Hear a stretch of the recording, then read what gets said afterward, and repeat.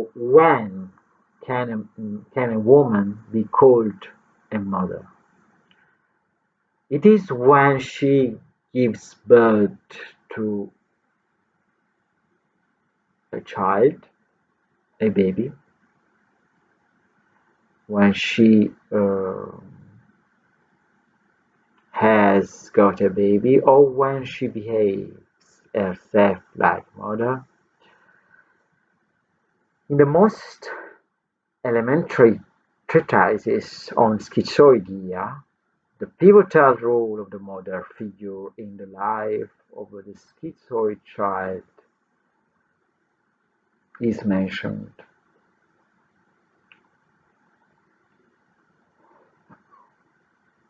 The mother in question is unaffective. A schizoid's mother is always unaffective, or little participant in the emotional needs of her child from the first day of life. My mother, in this sense, has always been a mystery to me. Generous, lively and sweet with others, she showed an alien face at home, especially for me, who was the eldest of her three children. Many years later, this coldness of hers was partially explained in the words of my maternal grandmother, who confided to me that having conceived me, that she conceived me out of wedlock. I was one of the determining causes of her unhappy marriage to my father. I believe that the unconscious hatred towards me depended on this, which at a certain point led her to want to abandon me at her mother's house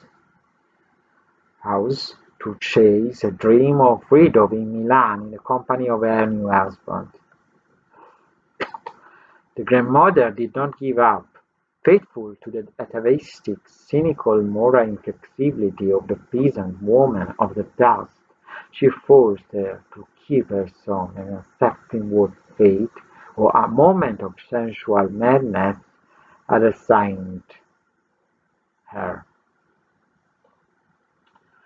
It is no coincidence that the first photos I have of myself, those that for years have been hung in the living room or displayed on shelves, before I disfigured them with my hands, represent a child in tears, worried, frightened, crying for unknown reasons.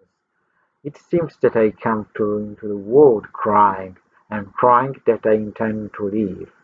A mother who at the deepest depths of her conscience does not want her child undermined undermines all the certainties that the little one has of the world. At least for the first years of life, the parent is everything to her baby. It is the certainty that the sun rises in the morning and that the floor will never sink under his feet.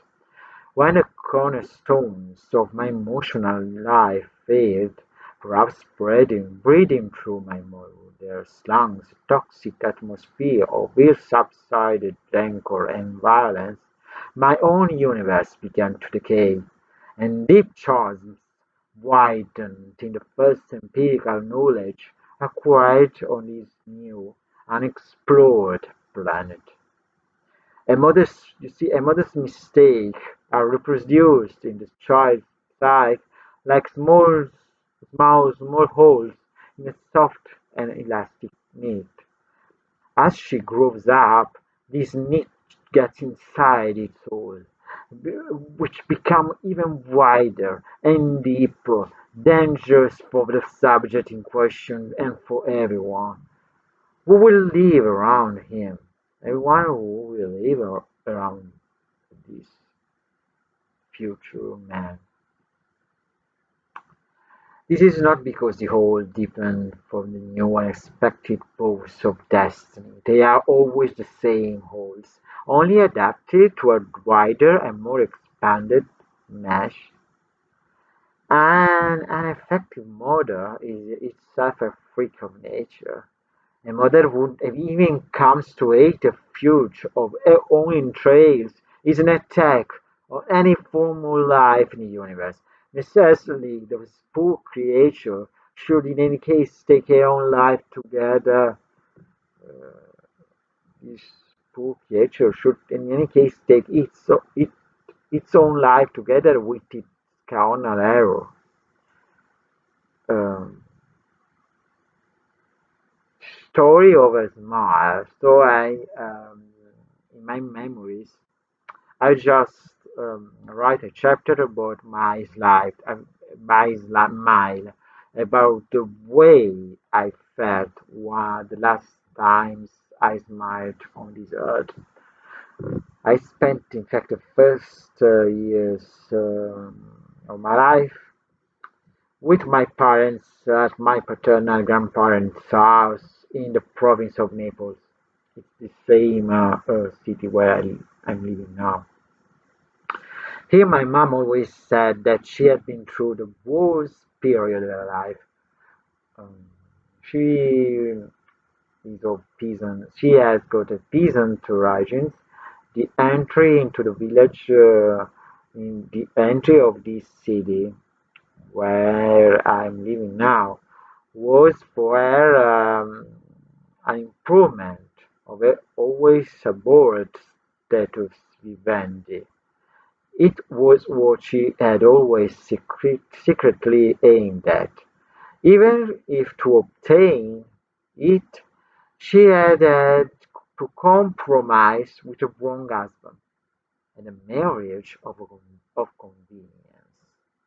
Unfortunately, unfortunately, accepted only for a modest dowry and the roles of slave in an essentially matriarchal family, she regretted her rash choices from the first days of living with their in-laws.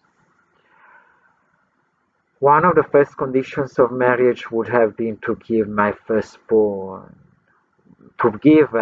firstborn, sorry, to my paternal grandmother. The poor 50-year-old had come to, in fact, to feel again a spasmodic desire for motherhood. And a peasant daughter-in-law had to satisfy her with the first fruit of her love. Much later, my mother had to boast with relatives and acquaintances that she never wanted to compromise, and that her son had kept, and and that she had kept her son because it belonged to her. That was me. She would not have given to the chance to win for any reason in the world, even if she had been forced to give in to other, a thousand other mean or provocation. In an opinion, I myself should have thanked her for this heroic act of hers. Too bad it was dictated only by the rivalry between two possessive and equally effective women, rather than by the anxiety of offering a newborn to a deserved emotional stability. Tossed for the first years of life in the arms of two women in perpetual quarrel, I grew up silent, weeping, always prey to some disease of the moment. One of my earliest memories is a blurry vision of my mother and grandmother arguing in front of the kitchen sink over a piece of wet bread. My grandmother wanted to give me for a snack, and my mother insisted that I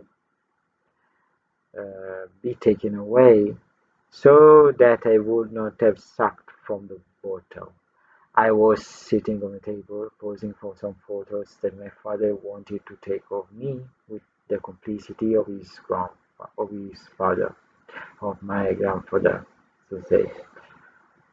My father was and will emerge from the rest of the memoirs, one of the most negative and superficial people I have ever met in my life. In the mother If in the mother I had, I could also notice a depth of hatred, resentment, and distorted feelings. In him, everything has always been banal, petty, subservient to the most banal utilitarian, and to the gutted attachment to his mother. For a long time my mother complained that her husband's only love was the primal one, never affected and increasingly obsessive for the woman who had given him life. For about 30 years the grandmother ruled over the destinies of all of us, manipulating the rough, feeble mind of her father, manipulating the rough, feeble mind of my father, her son, as she pleased. I will keep telling you about my paternal grandmother in the next video. In the meantime, I thank you for your attention. See you next time.